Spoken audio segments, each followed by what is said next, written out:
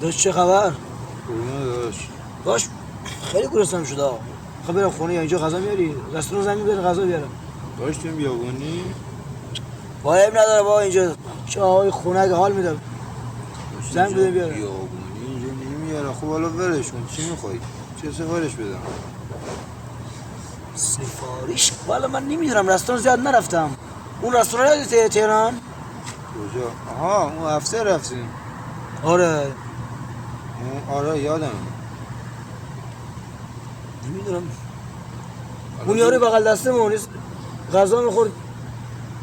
چی میخورد؟ اون یارو بغل دستمون. آره یادته. اون گزگش ما اون گو میخورد.